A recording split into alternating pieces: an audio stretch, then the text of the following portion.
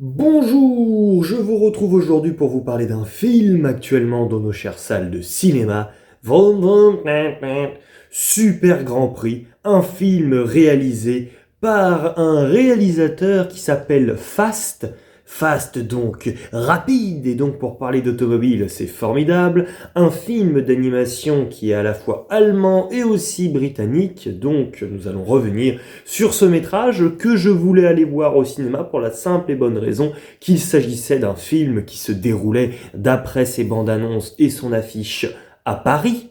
Et moi, Paris au cinéma, ça m'a toujours intéressé, notamment aussi avec l'animation. Peut-être qu'un jour il y aura une vidéo thématique là-dessus, mais bon, ça demandera du travail, donc on y réfléchira en temps voulu. Mais en tout cas, moi j'ai toujours été fasciné par la représentation de cette ville dans les films, et je suis aussi gentiment mais sûrement quand même professeur des écoles, donc toujours en quête de films d'animation à montrer à mes petits gamins le moment venu, et après évidemment travailler les films en question, bien sûr, pas seulement les regarder. Donc essayer un peu de composer un corpus de films d'animation. Il reste une dernière raison, c'est que je suis un grand enfant, donc même si on me dit que ce film d'animation, il est un peu pour les enfants et seulement pour les enfants, eh bien moi, j'ai envie d'y aller parce que je trouve qu'il n'y a déjà pas assez de films d'animation au cinéma, qui ne sont pas toujours très bien distribués comme c'est son cas, donc je voulais quand même aller découvrir ce métrage qui a été, eh bien oui, l'occasion de fêter les 50 ans d'un parc d'attractions en Allemagne, je crois, Europa Park, il me semble. Et il y a donc dans ce film les mascottes du parc d'attractions qui sont ici les personnages principaux de ce métrage, à savoir Ed et Eda. Ed, c'est un pilote automobile qui est le champion de circuit de Formule 1 depuis maintenant un petit moment. Il est en train de gentiment rouler sa bosse et il s'apprête à être la véritable star de son sport. Et bien sûr, il a une armée, j'ai envie de dire, une armada d'admirateurs et d'admiratrices. Et parmi les admiratrices, il y a donc Eda. Eda, qu'est-ce que c'est comme animal d'ailleurs? C'est un chien? Je sais même plus. Qu'est-ce que c'est comme animal? Je me rappelle plus. Eh bien, oui, j'arrive même plus à visualiser leur tête là. C'est bizarre ça, mince. Je deviens fou. Oui, un chien, des chiens. Bon, vous me direz. Oula, je suis perdu. Bon, bref, on continue. Je suis allé vérifier et je ne sais toujours pas quels sont ces animaux, mais ce n'est pas grave. Et donc, nous avons Eda. Eda qui rêve d'être une coureuse automobile.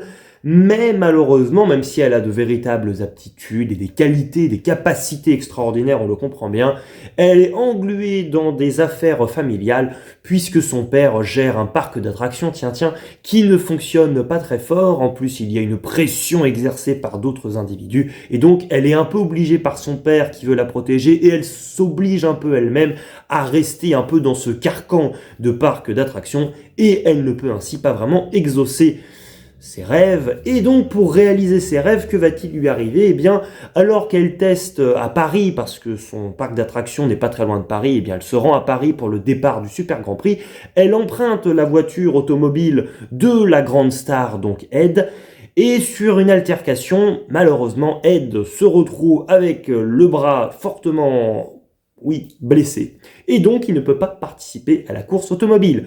Par orgueil et vanité, parce qu'il est très très orgueilleux et vaniteux, il refuse de déclarer forfait, et ainsi, comme il y a une ressemblance physique entre Ed et Eda, je pensais d'ailleurs qu'on allait apprendre qu'ils étaient frères et sœurs ou qu'il y avait un lien de parenté, mais pas du tout, non, mais c'est comme ça, eh bien Ed va faire en sorte qu'Eda prenne sa place dans la compétition. Comme ça, si jamais Eda gagne la course, eh bien, ça sera un peu la victoire d'Ed. Donc, c'est assez intéressant parce que là, on a l'émancipation d'un personnage féminin qui n'est pas un enfant d'ailleurs. Moi, je pensais en voyant la bande-annonce qu'on avait affaire à des enfants, mais en fait, ce sont plus des ados, jeunes adultes. Et donc, Eda va avoir une émancipation, donc une sorte de parcours féministe qui passe assez curieusement par le fait que ses réussites et aussi ses déboires lors de cette compétition automobile sont en fait sous des traits pour le public et pour le reste du monde, des traits masculins en fait. Donc bon, c'est assez intéressant et bien évidemment, le film va quand même chercher, c'est ça, à développer cette question de ce champion d'Ed qui n'est pas sans rappeler le personnage de Flash McQueen. Si vous connaissez du côté de Pixar le film Cars 1, qui est l'un de mes films de chevet, l'un de mes films de cœur, eh bien, il y a une véritable, mais vraiment une véritable inspiration de ce film. Et je pense que le réalisateur, j'ai regardé un petit peu l'âge qu'il avait,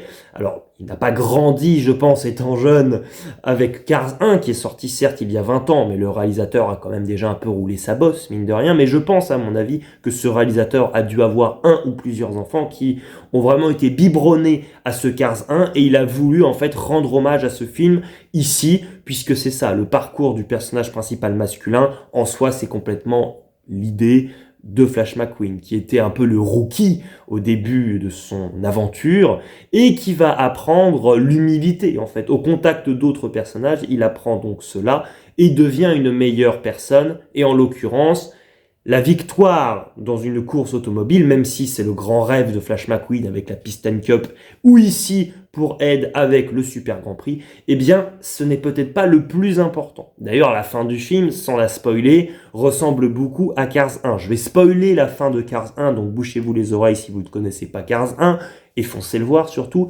Flash McQueen, qui rêvait donc de gagner, à la fin de la course, alors qu'il est en phase de gagner, s'arrête tout net devant la ligne d'arrivée parce qu'il se rend compte que l'un de ses concurrents qui va prendre sa retraite, le king de la marque Dinoco, eh bien, est blessé. Et oui, oh là là, c'est terrible, il a été renversé, accident terrible à cause de Chiquitz le méchant, et donc Flash McQueen décide de perdre la course au profit du grand tricheur d'ailleurs de la course pour aller venir en aide au King, qui a été une figure par ailleurs d'inspiration pour lui probablement, et de le tracter jusqu'à la ligne d'arrivée pour qu'il puisse, pour sa dernière course, pouvoir franchir la ligne d'arrivée. Et là, le film, on sent qu'il a voulu reprendre cette même idée, même si, quand même, ce qui est intéressant dans Cars 1, c'est que Flash McQueen donc ne va pas remporter la course cette année-là. Il la remportera plus tard, mais pas lors de cette aventure.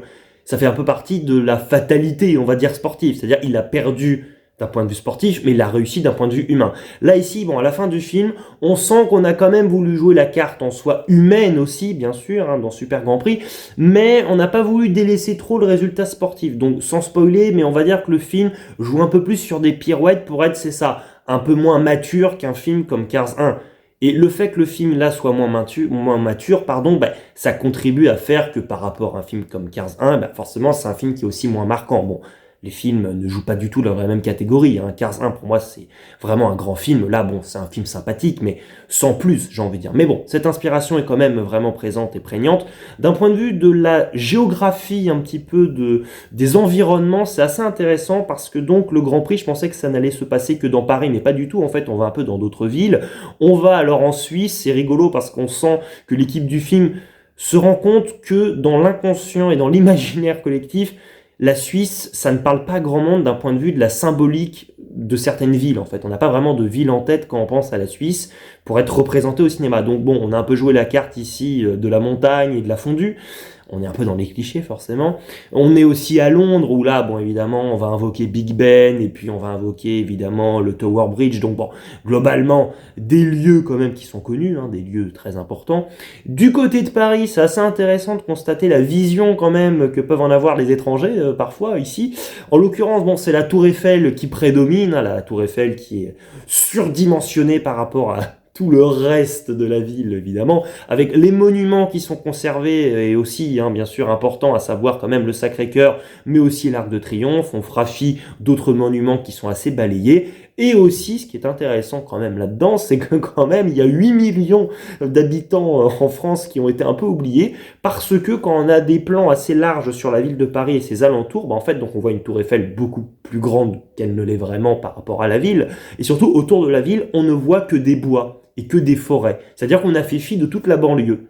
Donc, voilà un peu la vision que l'on peut donner, visiblement, d'un point de vue étranger, de Paris et de ses alentours. Donc évidemment, moi en tant que Parisien et connaissant aussi un peu l'approche banlieue, on se rend compte évidemment qu'il y a quelque chose qui change par rapport à la réalité, mais d'un point de vue de la simplicité et de la simplification en fait géographique et spatiale qui est proposée ici, c'est assez intéressant quand même, je trouve. quand on est adulte, on va dire. Et au-delà de cela, moi j'aime toujours en général les courses automobiles, que ce soit en live action, c'est-à-dire en prise de vue réelle, comme on a eu cette année le film F1 par exemple. Eh bien là c'est intéressant parce que comme on est en animation, on peut se permettre encore plus d'extravagance forcément. C'est-à-dire qu'on a vraiment des pirouettes, on a un sentiment de vitesse avec des changements de direction entre les différents personnages. On se croirait presque un peu des fois dans Mario Kart, hein, c'est un peu ça, dans Super Mario, où on peut se permettre de faire un peu plein de choses, des pirouettes qui ne sont pas réalistes, mais en même temps, c'est l'avantage de ce film d'animation, en fait. C'est de pouvoir sortir du carcan réaliste, justement. Donc c'est intéressant. On a plein de différents personnages qui sont un petit peu là autour à graviter, parce qu'il est question aussi d'un tricheur ou d'une tricheuse. Donc forcément, en tant que spectateur et spectatrice, on va essayer de supputer un peu quel concurrent aurait pu essayer de nuire. Hein. On a plusieurs candidats, bien sûr. On a le corbeau, mais bon, qui s'annonce presque comme le candidat un peu trop idéal, avec une voix qui est vraiment très marquante. Hein. Le doublage globalement est efficace, hein. J'ai vu le film en VF, mais certaines voix, en fait, j'ai tellement l'habitude de les entendre que j'ai l'impression d'entendre un personnage, mais j'ai l'impression d'en entendre d'autres, justement, parce que des fois, on sent qu'on a un peu amené là des doubleurs qui sont très présents, en fait, dans le paysage, c'est ça, de ce doublage français. Alors que là, justement, le personnage du corbeau a une voix vraiment très très menaçante. En plus, c'est intéressant parce qu'on a un corbeau, mais qui a une apparence aussi, d'un point de vue de la physionomie, très humaine, justement, alors que sa tête, pour le coup, est vraiment la tête d'un corbeau. Donc, il y a quelque chose d'extrêmement dérangeant autour de ce personnage qui fait aussi des apparitions assez surprenantes. Donc, bon, moi, évidemment, j'ai l'âge que j'ai, donc je n'ai plus peur. Mais en fait, je me mets à la place d'un enfant, je dois me dire, ouh là là, je dois un peu paniquer quand même. Donc, ça, c'est bien. Ensuite, on a d'autres candidats pêle-mêle, bien sûr, on a l'ancien ami d'enfance d'Ed qui peut être aussi un candidat à être un méchant, on a aussi Magnus l'ours qui est un peu le Raymond Poulidor qui est toujours deuxième de la course, donc bon voilà, on a plein de candidats, on a plein d'animaux divers et variés, bien sûr, donc c'est un petit moment sympathique, et puis en dehors de cela, on a aussi des journalistes, avec d'ailleurs du côté du doublage Nikos Aliagas ou encore Faustine Wellers, qui jouent un peu leur rôle qu'ils ont vraiment dans la vraie vie. Là, pour le coup, j'avoue que je n'ai pas reconnu leur voix, et ce n'est pas forcément un mal, parce que comme ça, en fait, je suis resté en immersion dans le film, en voyant leur personnage, et non pas les acteurs ou les doubleurs, disons, et la doubleuse, qui les interprètent, ce qui peut parfois un peu sortir quand même, on a beau dire, du délire. Voilà, donc un petit moment vraiment sympathique, à voir évidemment en famille, si vous avez des enfants, ou si vous en avez kidnappé dans la rue et que vous voulez les forcer à voir un film, évidemment je plaisante, mais n'hésitez pas en tout cas à voir ce film, et si vous aimez Cars 1 comme c'est mon cas, que c'est un peu une Madeleine de Proust, en fait je pense que vous allez bien vous amuser avec ce film. Allez, il ne me reste plus qu'à vous dire ciao et à la prochaine, et n'hésitez pas à me dire si vous avez vu le film, mais attention les as du volant. J'ai calé. Ciao, à la prochaine!